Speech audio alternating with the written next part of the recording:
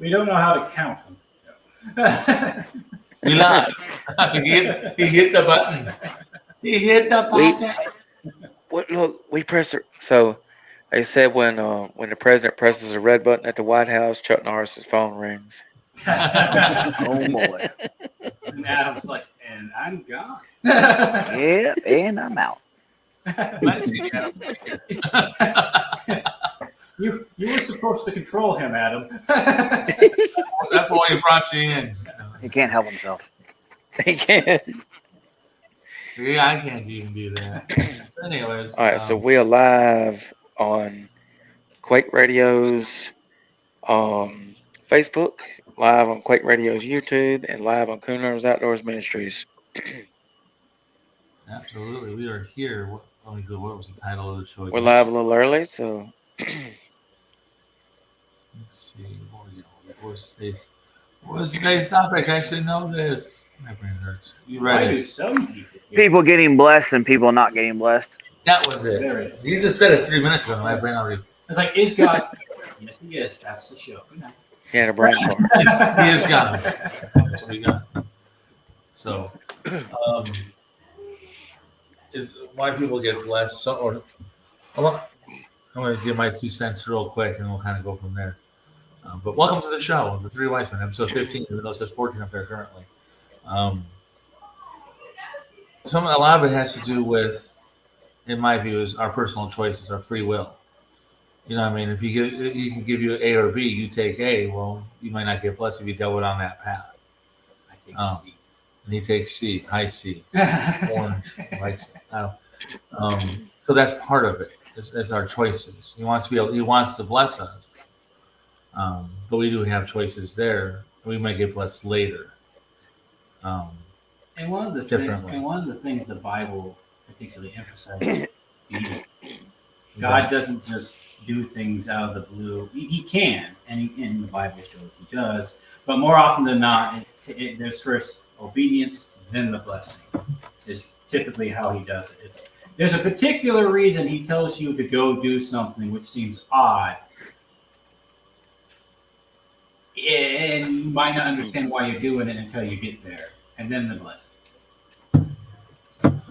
Yeah.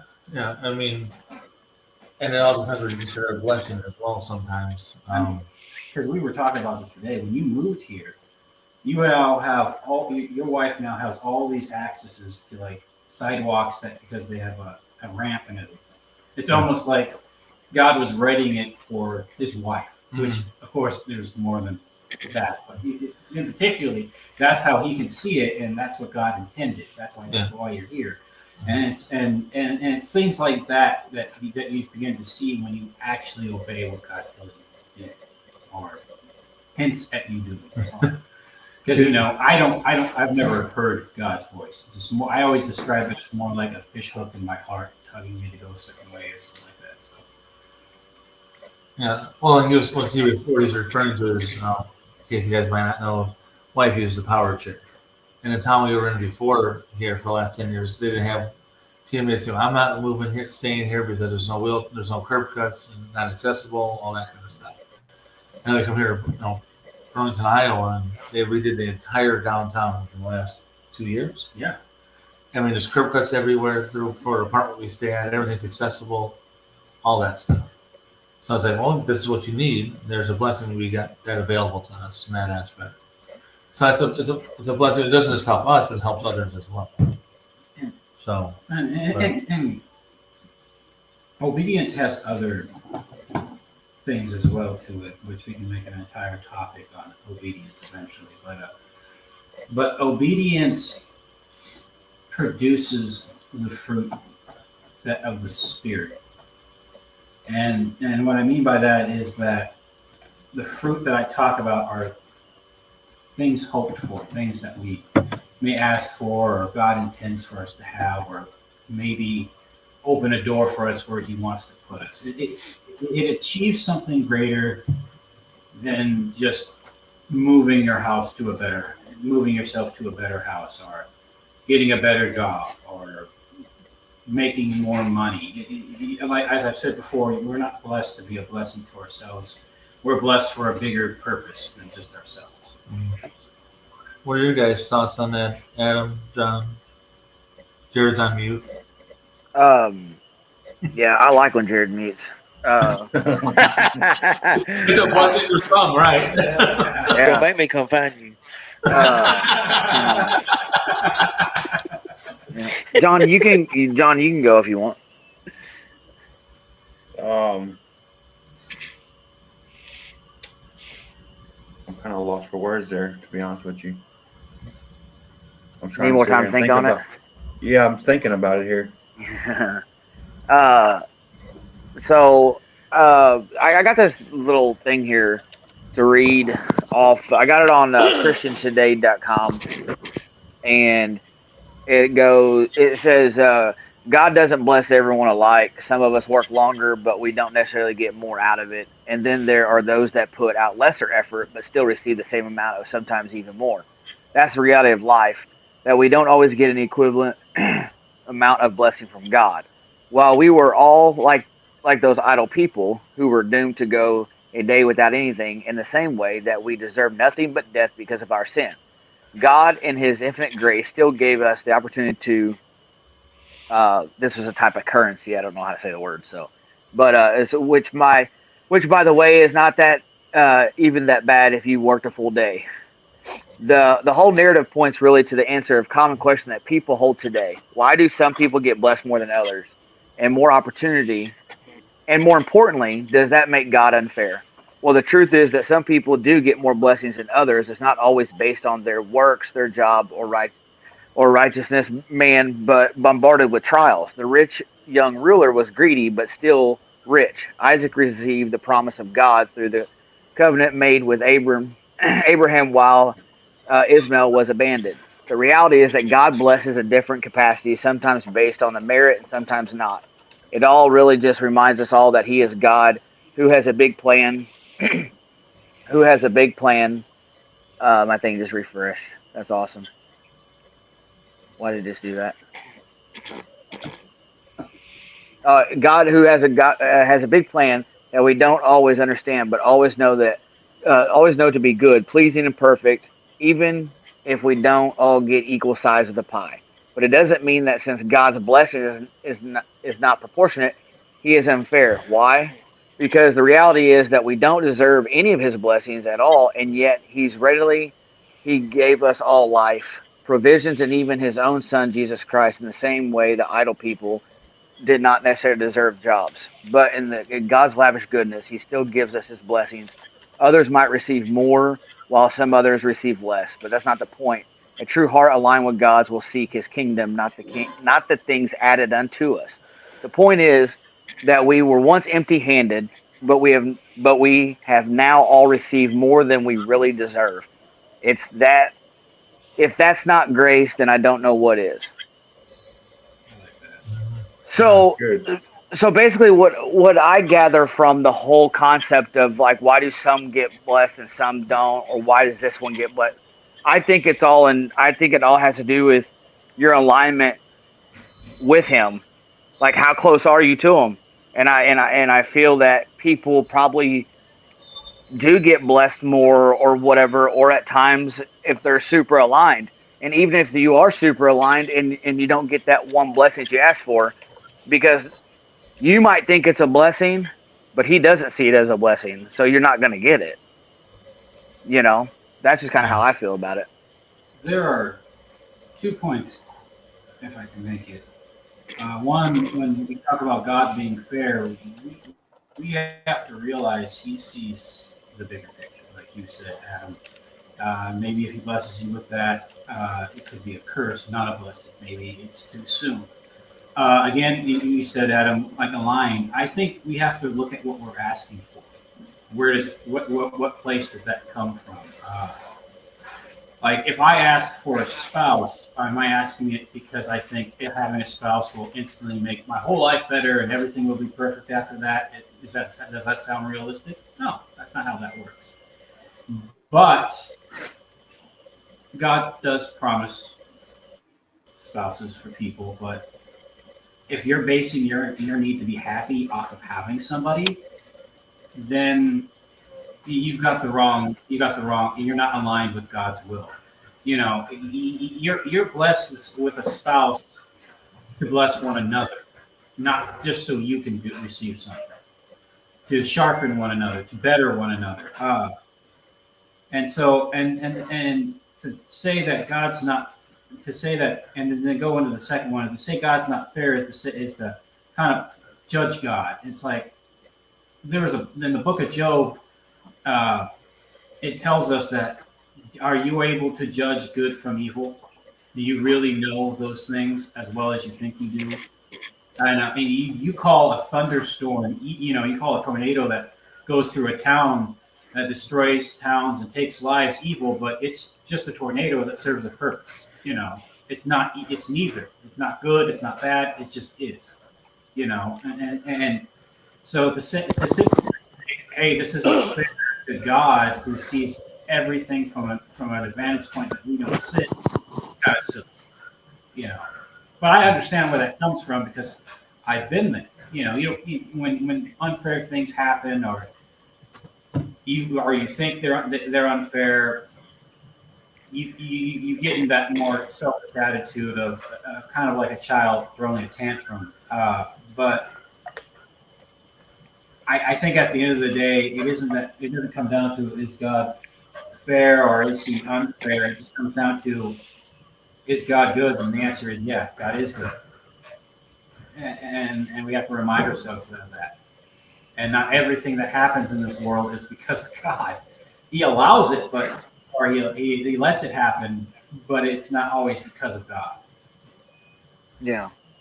Well, like the end of that thing that the end of that thing where it said about being blessed. It says, the point is that we were once empty-handed, but we have now received more than we really deserve. If that's not grace, then I don't know what is. So Yeah. Let's be it's honest. like, I tell you, I always look at other people that doesn't have anything, or they're at their lowest of the lowest, and you look at your life, like, how blessed are you? Every day you see other people that have nothing. It's just Yeah. That's a good perspective to have. You zoom out from yourself and what you think you need, and you see others lacking what you may or what you already have, and it really puts it in a different perspective. You're not bullying over them. It just puts yourself and a mind in a different perspective of how to be thankful. Which is also something we're commanded to be thankful in all things and in all seasons. Amen. And the reason we should is like yourself. I'm sure you figured that you've experienced that. It's like when you say thank you for the things you have, it takes what you lack or what you think you lack and makes it smaller and less important, and you start seeing like what he's really done in your life, and that's a good perspective right there. Yeah, exactly. I had a thought and it disappeared.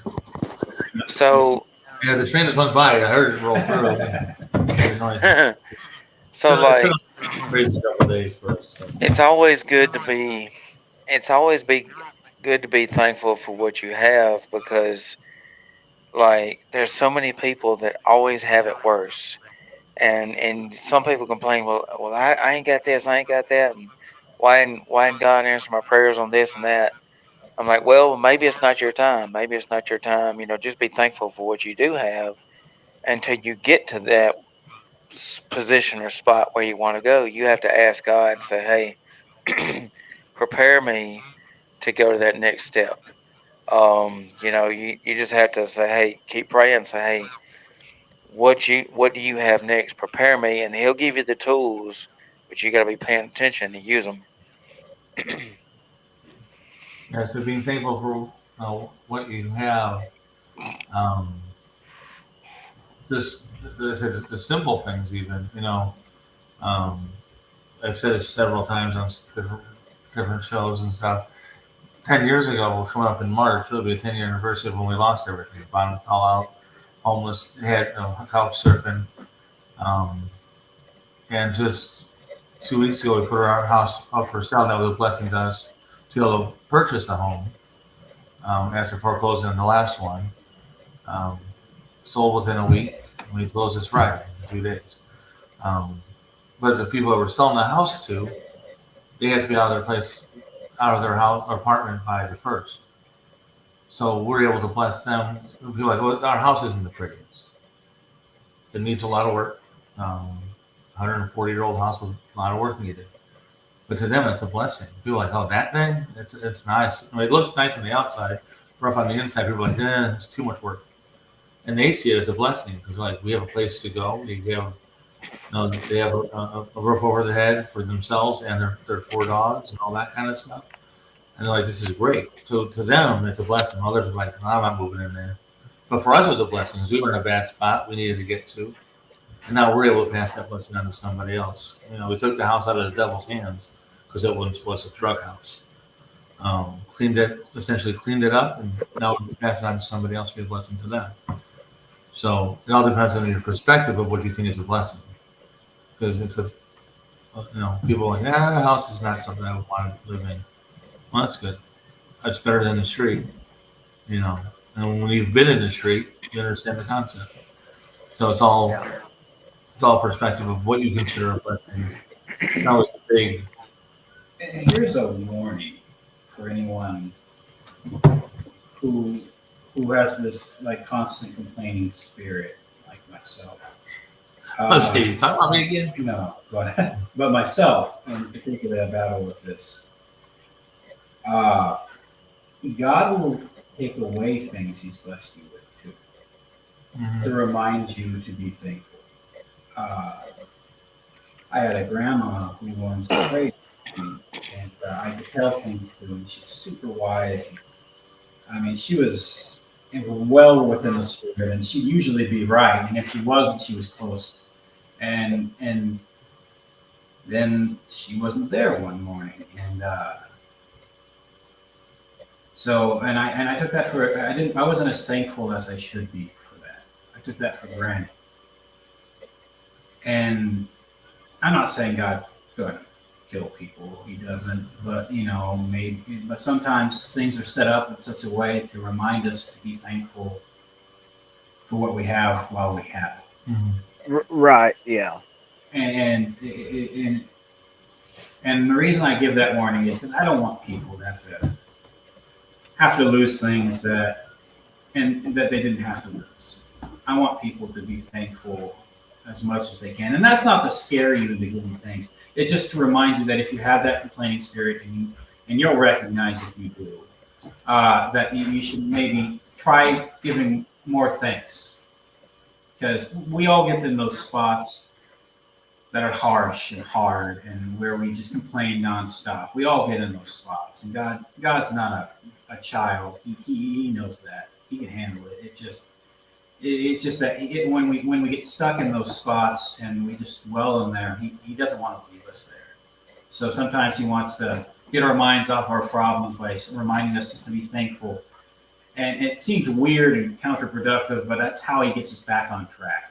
It's like we get our minds off of our problems, we get our minds on him and what he's done, and we're reminded of how faithful he was before. And just like the Bible says, if he was faithful to do it once, he'll be faithful to do it again. And it's like we all get stuck in those ruts, and God just finds a way to get us out of those ruts. And sometimes he has to. It hurts sometimes. Mm-hmm. So it's like a wake up call. Yeah, pretty much. So it's like a wake up call. Basically, God slapping us, so to speak, saying, "Hey, you need to pay attention. Quit complaining so much." Or pouring cold water on you. I guess what you need. Yeah. Afraid of it. Here you go. Because I know people that I'm friends with, and even I've been there too. I'm sure we've all been there.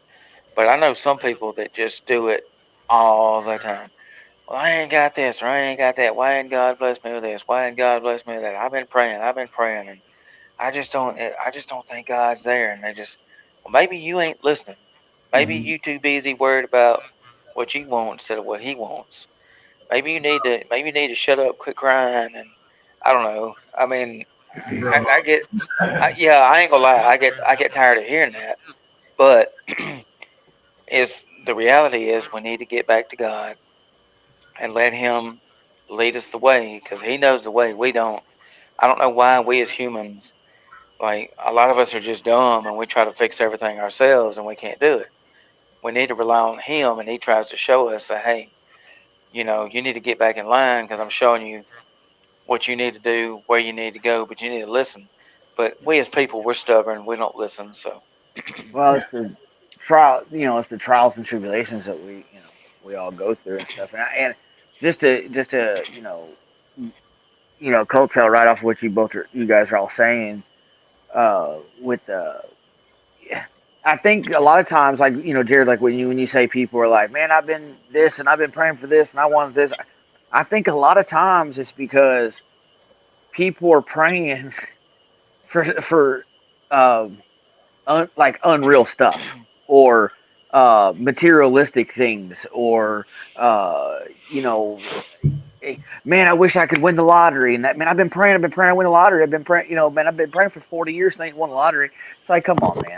Like, do you not see that you've got four walls and a roof, a beautiful wife, 3 kids, 2 cars in the drive? Like, is that not a good enough blessing? Like, because the yeah, guy down at the supermarket on the corner with a cardboard sign probably would give that cardboard sign up for the wife, the kids, and so it's yes, like, I think a lot of people lose sight of when it comes to having a relationship with them. I think a lot of people tend to get a relationship with them when things are dark, and then once things get a little light, they lose that relationship again. And then once that's things right. get dark, they go back to they try to get a relationship again, and then it's I just think, like I said, people a lot of times with blessings, people think blessings is money. And like another thing, really quickly that I had found, because I did my homework on this subject the first time in all the episodes I've ever been on here. So we weren't. So I wasn't just rambling. Uh, just some key points, and it says again from the same article or the same page, and I looked into it for a while to make sure it was a good one to go with. But it says to be blessed is to have a share in the glory of God's grace. Most people think being blessed with reference to good health, family, wealth, happiness, status, and marital goods or material goods, not marital goods. But if we look to the Bible, we can see that being blessed means something different entirely. And those who are truly blessed aren't the ones you might expect. Matthew 5:12 lists that those who are blessed will include the meek, the righteous, the merciful, the pure in heart, the peacemakers, and the persecuted. From this, we can understand that a blessing isn't a simple stroke of good fortune, but rather a state of being that exemplifies Christianity, compassionate principles. In this sense, you already are blessed if you are forgiving, kind, and just, joyful, and peaceful. And by inhabiting a kindly Christian nature, you open yourself up to more spiritual blessings like forgiveness of sins, and the Holy Spirit, the power to do God's will, and ultimately salvation, the greatest blessing that will bring you to heavenly places. I like that. So, I like that. Good. so that kind of shows me and resonates that, like, if you've got, like, 4 walls and a roof and a car out in the drive, I mean, yeah, sure, who doesn't want the brand new truck that just rode off the showroom floor? But at the same time, what if he did bless you with all that, and then now you've got a payment that you can't even afford? You go bankrupt, you're upside down in a truck, you end up losing the 4 walls, the house, the wife, the car you had. Yeah, so it's like, Yeah. But and I like that. I mean, I like it, and it frames what's really important, which is spiritual gifts like wisdom and learning to be patient and learning to be long enduring and learning to love others, even when others are like, oh, why do you care so much about them? They're not important or anything like that. and the fruit of the spirit is not physical things like money and cars and roofs above and roofs and success and fame and fortune like so many people in this world seek. It's fruit of the spirit is wisdom and learning to love and learning to be patient and learning to be long suffering and learning to be content in all things, which is the biggest thing we're talking.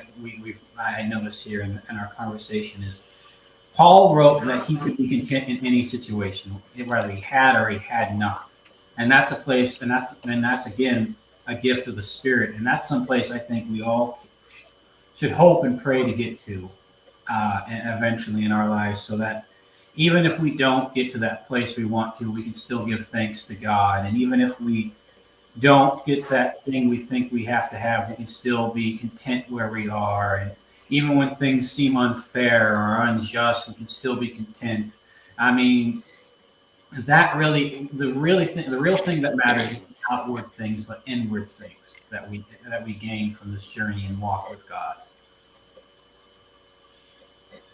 You know, that's a thing. Like myself, I'm a money chaser most of the time, and I know some of the richest people around here, and they're religious. That but they're probably the most unsatisfied people, to be honest with you, because they have everything. Mm-hmm. They don't realize what they really do have. And I'm sitting back here going, man, I got a house, a truck, and all my kids. I'm very blessed, and it's just one of those things. Is you got to sit there and look back. Even the richest people are unhappy. Yeah, Money, cars. Which shows that money doesn't do it. That's right. No. And like people use the term, money is the root of all evil. No, it's not. The love of money is the root of all evil. Yeah. How many times, and this to our audience and to anyone and to all of us here, do we pray for something so much that we inadvertently turn something into an idol in our lives? That we make having that thing more important than what we have with God. Do you really think God's going to take that promise that He gave you and allow you to have it when you're thinking that way? No, because you're not aligned with Him. There's an imbalance in your thinking. You're thinking that's the end point. No, that's just another point along your journey, and that serves another purpose. There's something bigger than that, and it's not. I don't mean just like gifts and things like that. I mean, there's something bigger than just that. There's life after that point. And so many times, I know I've done this, and I'm guilty of this, just like with complaining, is that I'll pray for something and hope for something and look forward to something so long that I inadvertently turn it into an idol. And so then God puts it further away, or He doesn't do it because He knows that if He does, and it's not what I expect in my unrealistic mind, then it's going to do me more harm than good. True. Yeah, absolutely. Like you said, with the love of money versus money itself. Yeah, because money can be used for good. Yeah. I mean, you could go and spend $100 on pizzas and give it to the homeless. Yeah. You're feeding them. $100 is $100. But if you rob somebody for that $100 so you can go feed the homeless, well, that's not the right reason to get the money. Or you're trying to, you did something bad, you do something good. If I could find a way to do that without anyone knowing it was me, it would be even better. And it's like, oh, who bought these pizzas? I don't know, some stranger. You can make that happen. I get more kick out of that and seeing that and just seeing people like randomly shrug it off, not even taking credit for it, and just like eventually people like, it's a miracle of God or something like that. Those things I get a kick out of. So Just shut up. Yeah. But, I apologize. I've had a lot going on these last few days with selling a house and getting a new car. Those are blessings. But like he said, stretched thin, so my brain's kind of in all 17 different directions. But like I said, and you said earlier about being obedient. Jared's gone. Jared's back. But then the obedience thing for us even coming to Burlington, Iowa. I mean, we didn't even think about we were going to come to Iowa, type deal.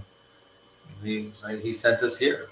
We were obedient, and now we're able to sell our house. You got an apartment, and you got all this kind of stuff, and just listen to what he says to do and do it. We could have easily stayed at our house in Galesburg and did the commute daily back and forth. We would eat, work, and sleep. It's about an hour commute. And we could have done that. But we were told we have Is that where you're at in Galesburg? Yeah. Well, no, not currently. No. Currently, we're in Burlington, Iowa. We had a house in Galesburg. And we could have commuted back and forth. But he told us we had work here to do in Burlington.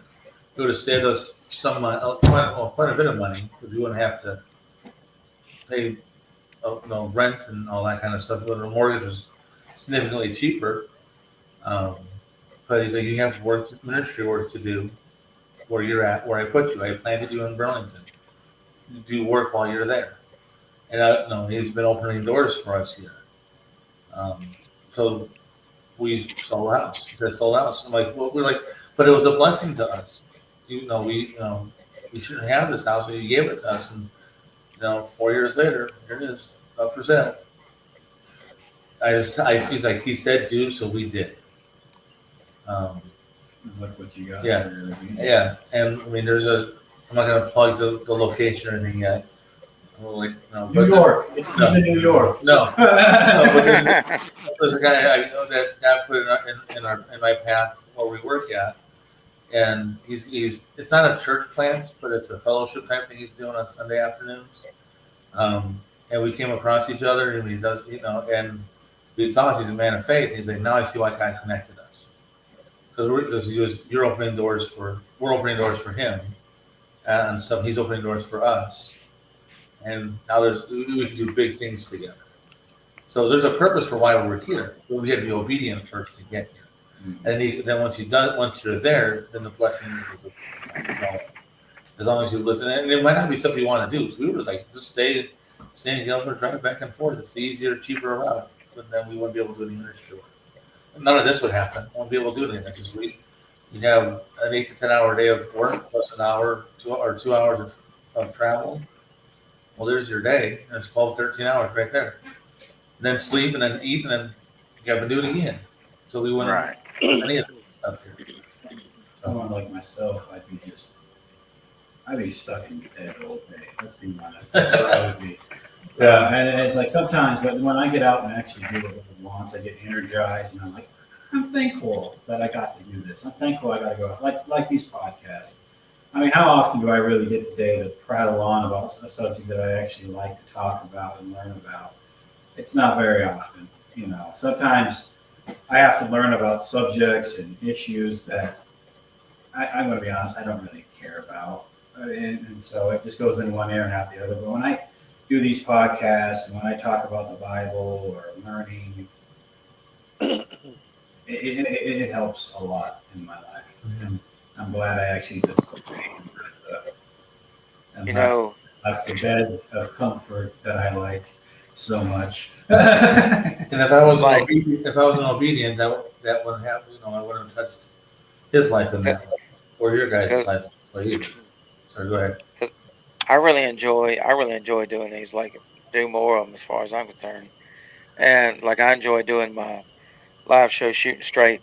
Of course, I had Adam and John on last night. That was awesome. I did catch a little bit of that last night. I apologize. I don't catch on that long, but I do catch on when I well, I do enjoy watching Tuesday nights. Watch you guys.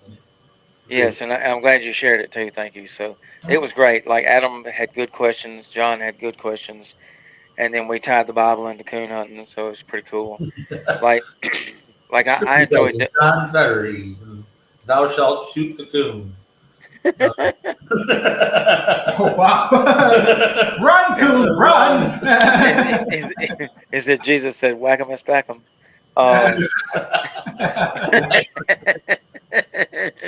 So like, God said, not your neighbor, not the coon. Third John 2. It's like Jesus did baking with potatoes. So like I enjoy doing these because for one, it's a good way to fellowship with y'all. And two, it's a good way of getting the message out there for people to hear. You know, people need to hear the good message of Jesus. And 'cause- hello there, Kaza. She's from Australia, so good day from Australia. So Today, I'm just gonna say hi. it's great to do these because God tells us. So okay, the Newsboys. Anybody that don't know who the Newsboys is, they're legends. They've been doing Christian music since the '80s, and I've seen them 10 times in concert. And I'm such a big fan. Their album called Restart. I know. They have a song on Restart called Fishers of Men, and Michael Tate, lead singer, wrote it with the rest of the guys, and he sings about how Jesus says, "Go and be fishers of men. Go out there and tell people about Jesus." Well, this is our way of being fishers of men, going out there, telling people about Jesus, being positive, bringing the light, like the radio station banner says, you know, a beacon of light in the darkness. So at Quake Radio, we're a beacon of light in the darkness. and in that reference, we had our thing last night where we have a men's group that we're doing last Tuesday of every month that we've kind of started. There's a guy, a coworker I met last year through the Extreme Tour, but we were talking. He pointed out to me, he goes, "You're on fire for God. You're just super bright." And I'm like, I think my flame's dimmering because I just feel that way. But when you're in a dark place, even the smallest glimmer of light is seen as a bright light. Even though we may think it's getting less, others still see it as a bright light in a complete dark area. So if you're in a dark woods and you see a little light in the distance, like there's a city, there's a house or whatever, you can see that out there. So even the littlest light is actually bright to some in a dark place, and that's what we try to be, is even a dim light in a dark place. Not saying we're dim, but I mean it might be a place that doesn't hold light well, and we're just trying to get something going so we get a bigger light, and then eventually illuminate the darkness. Well, it's like, okay, like for instance, so I'm gonna use this as an example. All right, so I'm gonna use my light here. All right, so when you're coon hunting, the first time when you get to the tree, you want to use a dim light. So you dim white light, this is your walk light. Then you want to use your bright light. So say this is a dim light out in the distance. Somebody's way out there, and you're all the time being positive about Jesus all the time. Jesus this, Jesus that, Bible this, positive stuff, just a good attitude. Well, people see that dim light in the distance. You may think that nobody sees it and pays attention, but you'd be surprised who does pay attention. And then eventually, as that light gets brighter, more and more people start paying attention. Mm-hmm. It starts out dim, more and more people see it, and it gets brighter and brighter. That makes sense. I was telling you last night, Jared. If it wasn't for you, I wouldn't be where I am right now. I wouldn't be on this live with y'all. And then all day long, now that I know y'all, I listen to Quake Radio all day, and I keep positive in my head all day. Awesome. That's great. And then, just like Adam there, I used to be on Adam's live a long time ago when there was a bunch of drama. Now I see Adam here, and it's like a whole different person to me. And I'm like, this is where I want to be with the guys that's changed their life. I'm changing mine, and I see he changed his life. And it's like, this is where I want to be. Awesome. I appreciate that. It's that domino effect. As we all know, Jared's the connector of all, and he's. We said on the previous show, we all love Jared. Jared's great. So look at what my buddy Chase Williams says there. Hi, Chase. Says tonight's lesson in my small group was on pride. My question to them was, when we value others above ourselves, and do you actually care what happens to the people around you? If Jesus came back today, it made me very Good conversation tonight. Be blessed. And on the subject of pride, again, we can make another podcast on that. We do sometimes as people. I know I do. I'm just going to speak on my own behalf. I know I sometimes get really prideful. I struggle with that. And beforehand, it's like I thought I knew all the answers, and now I realize I know next to nothing. Yeah, I mean, there's so much for me to learn from others. There are people who don't even believe in God who live a better life than I do. And so it's like keeping that into a mindset helps me to stay humble. And when you start putting others above yourself, you start humbling yourself. Kind of forgetting about your fleshly. I look how great I am. Look how wonderful I am. Look how smart I am. Look how wise I am. Look how experienced I am. And you start realizing, and it starts putting you into a bigger world than just yourself. And it's a good it's a good practice to do, because we all can get into that that place of pride that, like the old saying, say pride cometh before the fall. I can't tell you how many times I've fallen, and I need God to get me back up again. And by putting others first and reminding myself there are people smarter than me, wiser than me, more experienced than me, it keeps me humble. And I think if Jesus was here again, he would say, just keep yourself, remember your place. You're not on top of the pile. You're where I decide to put you, and all that, and that. And he wouldn't be out of a sense of love, and because he knows I struggle with pride so much. Mm-hmm. I'm on that. I wasn't laughing. I giggled, not because of what you said, but the pride comes before the fall. Music is our thing here.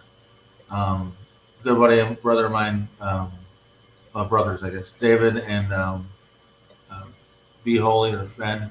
They have a group called Messiah Mob. Jared's probably heard of them. Heard of Messiah Mob, Jared? Yes, I have. Yeah, they've been on our I don't know thing. their music, but I have heard. Yeah, okay. They do Christian hip hop. They have a song called Pride. They're out of Central Iowa, and that song, it's a powerful song. It's a little hip hop song, about 3 minutes long, but it talks about how God works through people, and everything, and like with pride and how that affects it. It's all lyrically said better than what I can do. This is why I'm not a writer of songs. But I just had to do a little plug there for Messiah Mob, the independent, that hip hop song. So. And as an example of pride, like I have a job that I love. It's not like I'm not getting rich off the job, but I like what I do. And sometimes I get a head on my shoulders, like I'm pretty good at this. But then I see people like Jason who've been doing it longer than I have, and it reminds me that I'm not as good at the job as I think I am. Oh, you're good. No, I'm. But the point is, there are. But it's also humbling, is because if I get in that mindset, then I can make a mistake and things happen. And it's like God always reminds you, like, you're not as good as you think you are. There's always room for improvement. There is. Even myself. And it's not. And for those who listen, it's like I'm not being hard for myself or unfair. I realize I've improved. It's just that I'm too afraid to allow myself to be so prideful that I make a mistake. And I think that's a healthy fear to have, because I'm reminding myself that, well, you've been here before, you can do it again. Yeah. Well, a couple things over the last little bit y'all been talking about. First I want to, John, appreciate you for saying, about, you used to come to my lives when they were absolutely horrendous and toxic, and because boy were they, and don't miss that at all. But I appreciate the kind words. And then Mitch, you said something about people having I don't know, that are they have more than you or something like that. He said something about what comment was that? So I don't misquote you. Really, what I was getting at is that you shouldn't judge yourself comparing yourself to others. It's not a good thing to do. There's always Right. someone who has more than you. But when it comes Right. to what John said earlier, it's like that's not where our mind should be. Our mind should be Right. is like looking at people who have less than us and reminding ourselves, and then that puts us in the right mindset to realize how blessed we are because we have things that other people don't have. Right. Like right Yeah, now, because that's what I was going to say. If you feel that way, that's what I'm saying. If you feel that way, you shouldn't because, you know, you have a lot. And my thing is, it's a saying like, don't judge your own success to another man's success. Like don't, because it's not a good thing. Don't set yourself up like that. To be like, well, I have X, Y, and Z, and this person has X, Y, and Z, and we're doing the same thing because everybody has their own stuff in their own right. You know what I'm saying? And I feel, I just feel like you get out what you put in it, and like John mentioned before with the negativity and the toxicity stuff I used to do on the live feeds I used to do, the stuff that came my way was well deserved. I put myself out there in that manner. I probably wasn't going to catch a whole lot of positivity reinforcements back. But you gotta take accountability of yourself, and then if you feel like people are in your life still with negativity or whatever, then you need to make the decision for both of you guys, and one party needs to leave. You know what I'm saying? Or group of friends. Because I've had groups of friends and I've changed them all. Especially over the last 6 years, because not that I felt that, like with sobriety, for instance, not that I felt that if I kept the same friends, I would go back down that road, because I know I won't. But we didn't have anything in common. Like, you find out you really had nothing in common except for we like to party. And your values change, Mhm. and that's thanks to the Spirit. And it's not that you're saying these people are bad or whatever. You're just saying that your values change. So yeah, so it carried you a different way. yeah, That happens. Sometimes good friends drift apart, and it's not a bad thing. Yeah, I've had that where in my coming up on 10 years of being in the faith, I've had people say to me, "You've changed." I'm like, yeah, that's a good thing. I mean, Exactly. it's good to change. I mean, you ever seen a tree? If it looks the same 10 years later, it's not good. It needs to grow. That's what. So change is good. yeah, We have to grow to improve and get better. If you don't grow, you're getting worse, which is not good. So change for the better is always good. I mean, if some of the bad fruit fall off, they fall off. You're stagnating. Yes. And bad fruit could be people, like I said, if they're bad influence on you, if all they do is party, well, they're not good for you. And sometimes, right. For your growth. and our efforts to be faithful to God and help others and love others, we can actually do more harm than good. Sometimes you have to pull away so that crutch or whatever it is that you provide for that person is removed, so that God, who is a much better provider than yourself, can move in. Also, with you guys, I can't tell you. My grandma for years told me I need to be more positive. I was a negative, just jerk all around. And then like getting my mindset in the right place, just like with you guys, it's made things so much easier. I made things so much harder than they had to be on myself. So much harder. And I was in a place, like I said, of stagnation because I kept thinking negative. Woe is me, I'm the victim, this isn't fair, yada, yada, yada. And I didn't take any accountability for myself. I didn't look around and see all the opportunities that just go away. I mean, so many different things. Yep. And when I started thinking positively, that also led me to be more self-critical so that I could grow more and trim away things that didn't need to be there. And a lot of that was thinking that it wasn't good. It was toxic. And I can't imagine what it was like for the people around me too. So I used to be negative about everything, and then I got tired of it. Like, I like being positive now. I can't stand when somebody's negative about every little thing because I used to be like that, and I know some people that every little thing there's something negative, and I can't be around somebody like that because I have to remove myself, or else I end up like that. And the saying I've always said: positive thoughts equal positive results. Negative thoughts equal negative results.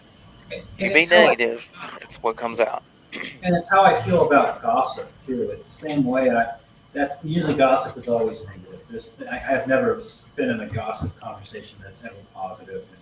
It's like, okay, why are you telling me? Go tell that person, or something like that. I don't want to be around gossip because again, Very, very rarely is somebody talk positive in a group about somebody else. yeah, and it's like Yep. I would rather speak life than death. That's where I am right now. I don't want to waste my time, I guess, verbally cursing somebody. If they heard it, maybe it would hurt or something like that effect. Yeah. I don't want to do it. So if somebody else does it, I was like, I usually kind of half listen and I don't care. It's like I don't want to hear it. Yeah, that's kind of how it was. Like, I'm not gonna go into any details or anything like that because it doesn't matter. But Jared knows, over the last couple of days there was a situation, and I just said I'm out. Like I don't want a chance of any negativity. I don't want a chance of any adults arguing or you're right, I'm wrong. Jared knows full well I'm talking about, and I just because it just wasn't necessary. It wasn't to me it wasn't a big enough deal. It wasn't to you know sometimes it's just say your piece and move on, and it is especially if the person's or like say a family member that's uh, lives in I don't know Oregon and you live in Florida. They come, you don't see them but once a year.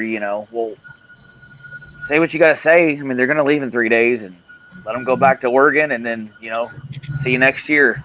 For 3 days. It's like don't sit there and fight the whole time for 3 days. And it's such a waste of time. I feel it is.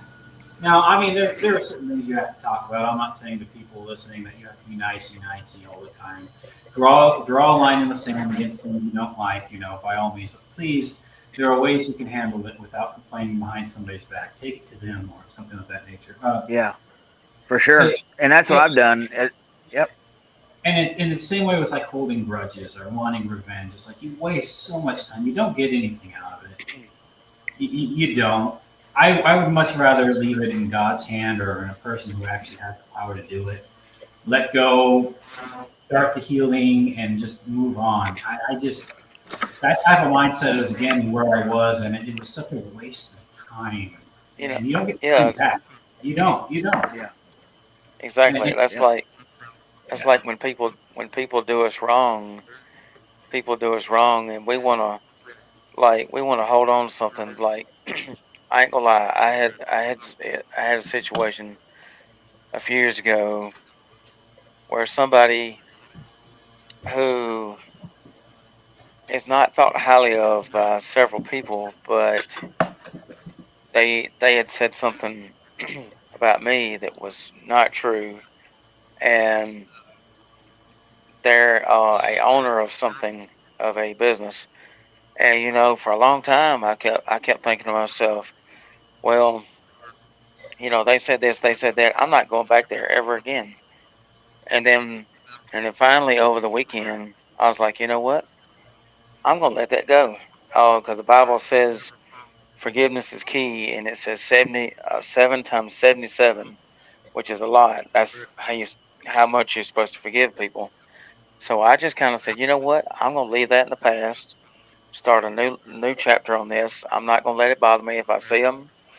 I just tell them Jesus loves you and hand them a little pocket cross, and so I kind of let that go. Then you have to let that stuff go, How because you often? can't just hold on to it. How often do you guys have to get that little nagging voice in your head? Yeah, but if you don't do anything now, they'll never learn. It's like, and he reminds you. Not only do you know you don't get anything out of it, it doesn't ever end the way you think it does.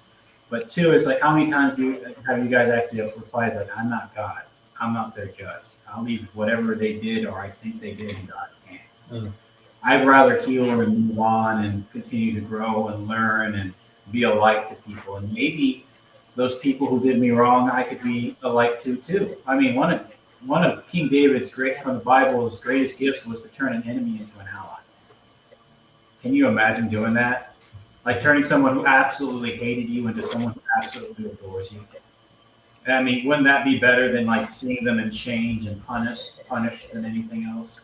You know, that's a complete 180 in my book. Or and it doesn't even have to be something so drastic, but you know what I mean. I mean, I actually have that. There's, I'm not going to name his name. It's a friend of, friend of my wife's for, I don't know, probably 30 years now. But her husband and I had quite a fallout before I got saved. And I was not a nice person to him. And then came to the faith and everything. And that was not a friend of his; he was a friend of mine, kind of thing. And we went to their church. I said from here across the river, and they invited us to tell our testimony because she's watched us move up. I said it in the church at in the back pew as they were getting ready for this stuff, and he came and sat down next to me, and I'm like, "That's weird." Now I look up to what he does and how he sees things. I was once an enemy. He's not now, and it's weird because we look back at where we were 15 years ago. There's no way I would have sat down and been into the church to begin with, let alone the church with him, and let alone him and I talking. And now he's on our ministry advisory board, which I never thought he would be. Kind of thing. So you would have said that you could change for that and become someone's. And I can't tell you how many times, like, I mean, I hear everyone say, we'll just talk about a no-no, so government. I can't tell you how many times people say, change this or change that, but I pray it's like, God, how about you just do your will through them? And whatever they do that is wrong, I know you can turn for our benefit. How about that? You do your thing through them, and maybe you can turn these people into one of the best things for us. Kind of like turning an enemy into an ally, Mm-hmm. And that's not easy to pray for because we all care. It's just it's like I told Adam and you guys. I just don't want to spend time anymore on just hate and all that stuff. I want to see certain crimes handled, but I'm not a judge. And I don't know the truth behind half the things I think I do, So. Hey, Caleb. Well, really quickly, but I'm gonna have to get out of here soon. But as far as the hating stuff or whatever, like holding on to hate or whatever. Yeah, and Jared knows. I used to hate 6 people, like for the longest time, and then I started talking with some people and found out, that it takes more energy and just more everything to hate somebody that does love them, and giving somebody and like hating somebody. I never looked at it like this. Hating somebody is the same thing as loving somebody. You're giving them power or an emotion or something over you to still keep you wherever they're trying to keep you, or where you're keeping yourself there for whatever had happened. And I mean, it was like 20 plus years with these people that I could just, I mean, to the point to where it was on sight on some of these people. Like, if y'all know what that phrase means, but and and finally I was just like, this is like in the last 5-6 years, that I've let all this go and try to tell people that, like, if you hate somebody, don't hate on them. Don't like whatever issue you had to where you like hate them, because like, number one, it's a strong ass word, and to go there, you got to like really be in a really for me, I had to be in a very dark spot mentally to really feel those feelings and emotions. And it was crazy. It was like a weight being lifted. Once you don't, that person doesn't have that power anymore. And so it was cool to finally do all that. And, I still struggle with, though, like, even now, like, if you, if you piss me off, like, I'm just, like, and you've done something in the past, I hold on to it. I don't hate you. I forgive you. But merely somebody speaking your name to me can just alter my day just a little bit, like, I got to figure out how to get better with that. And, because it's like, sometimes, man, it's like, I could be having the greatest day and whatever. And,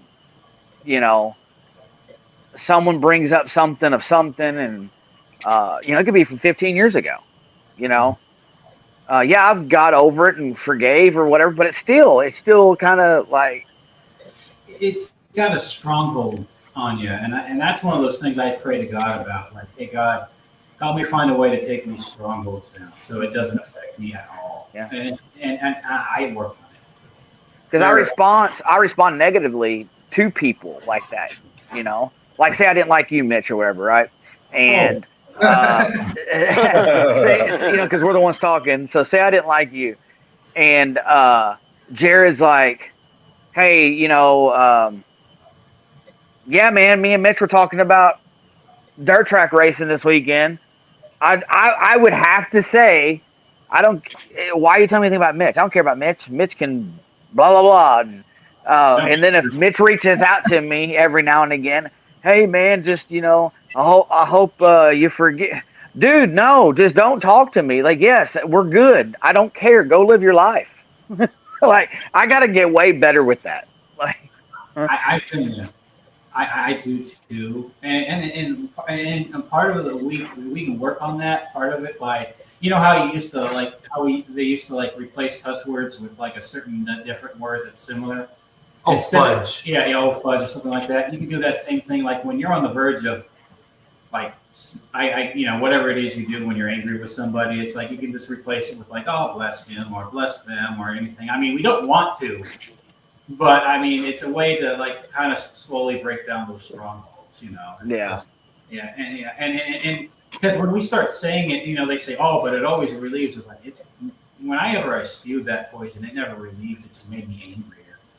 I realized, and so it's like, and when I started like slowly switching to like from cursing them to like blessing them, it kind of changes it for me, and it starts chipping away at all that I have that shouldn't be there. Mm-hmm. And I don't say bless them in this way, or if I hear they're having troubles, I say, God help them or something like that. But I leave it in God's hands, because I realize I still have a lot of pent up aggression towards certain people, but at the same time, I can relate. I don't want it. Yeah. Get out of there. It's like Satan get behind me. You'll get out of my head. That's what I was. Yeah, it's like Satan get behind me. It's like I don't have time for this, and Jesus wouldn't be happy with me with it. So it's crazy how, like, when you say you forgive somebody and you're trying to wash it, and then maybe 10 years down the road and somebody brings up their name, whatever they've done to you still pops up in your head, no matter what the situation is. Yeah. Right. And then I question, did you really forgive them? Right. Did you really forgive them? And I'm like, yeah, I forgive, but I mean, it's like, but that you did something that we got to work. It's just a whole thing. That's a whole other episode. It is. It is. Maybe we could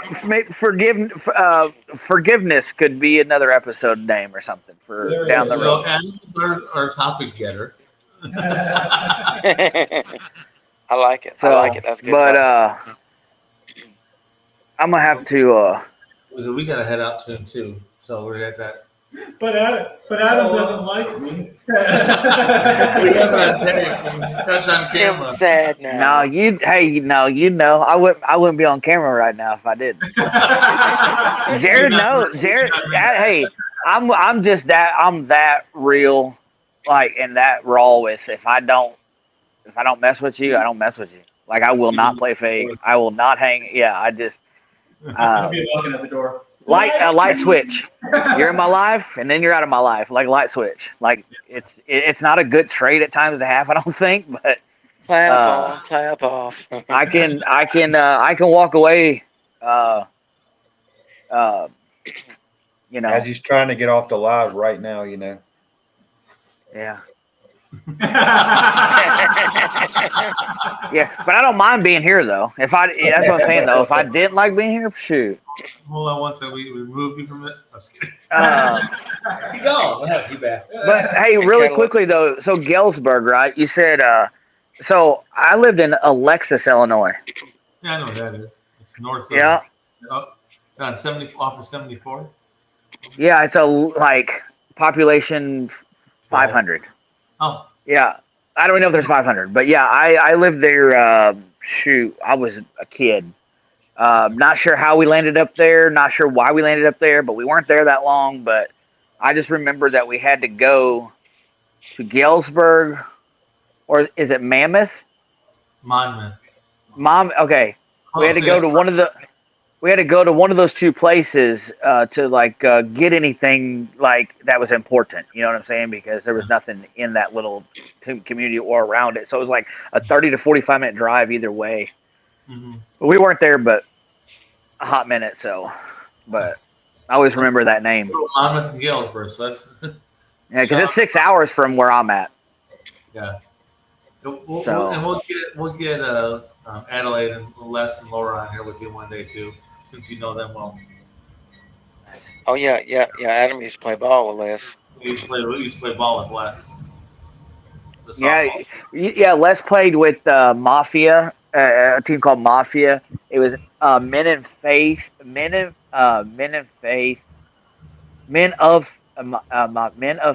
Action.